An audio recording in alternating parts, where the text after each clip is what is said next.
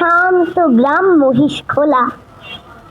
চিত্রা নদীর পাড়ের সবুজে ঘেরা সেই গ্রামেই বড় হচ্ছিল এক অসীম সাহসী ডানপিটে ছেলে।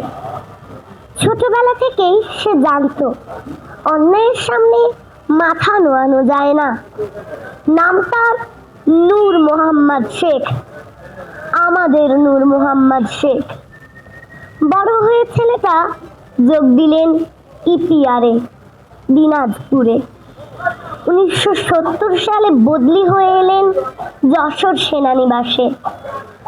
1971 সাল, দেশে তখন দুঃসময়। আকাশে কালো মেঘ, শত্রুরা দখল করেছে প্রিয় মাতৃভূমি।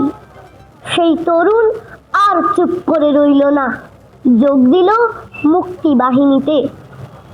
সেপ্টেম্বরের 5 তারিখের সকাল, যশোরের ছুটিপুর গ্রামে মুক্তি সেনার টহল দলকে হঠাৎ 3 দিক থেকে ঘিরে ফেলল শত্রুরা। নূর মোহাম্মদের সঙ্গে ছিল মাত্র 2 জন সহযোদ্ধা, কিন্তু শত্রুর সংখ্যা অনেক। সে এক অসম যুদ্ধ। গুলি বর্ষণ শুরু হলো। সহযোদ্ধা নান্নু মিয়া গুলিবিদ্ধ হয়ে লুটিয়ে পড়লেন মাটিতে। নূর মোহাম্মদ তাতে ভয় পেলেন না, আহত বন্ধুকে কাঁধে তুলে নিলেন, অন্য হাতে চালালেন মেশিন গান। চারিদিক কেঁপে উঠল তার গুলির শব্দে। একসময় শত্রুর মর্টারের গোলা এসে পড়ল ঠিক তার পাশে। হাঁটুতে গভীরভাবে গেঁথে গেল বোলতার মতো ছুটে আসা গুলি। রক্তে ভিজে গেল তার পাশ, কিন্তু তিনি থামলেন না। কাপা হাতে বন্দুকটি শক্ত করে ধরে সহযোদ্ধাদের বললেন, তোমরা পিছু হাঁটো, আমি আছি সামনে।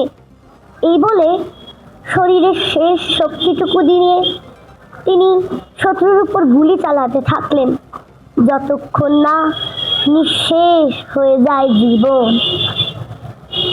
শত্রুরা পিছিয়ে গেল, মুক্তি পেল তার সহযোদ্ধারা। অতিরিক্ত রক্তক্ষরণের কারণে দ্রুতই কাহিল হয়ে পড়ছেন তিনি। গাছের গুড়িতে হেলান দিয়ে শরতের আকাশ দেখলেন। 13 বছর বয়সে হারানো বাবা মার মুখ তার তেমন পরিষ্কার মনে পড়ে না। স্ত্রী তোতাল বিবির মুখটা শরতের মেঘ হয়ে ভাসে। আস্তে আস্তে মৃত্যুর কোলে ঢলে পড়লেন তিনি। জাতির এই সূর্য সন্তান মৃত্যুর পর আজও বেঁচে আছেন বাংলার পতাকার রঙে, প্রতিটি মুক্তির গল্পে। ধন্যবাদ।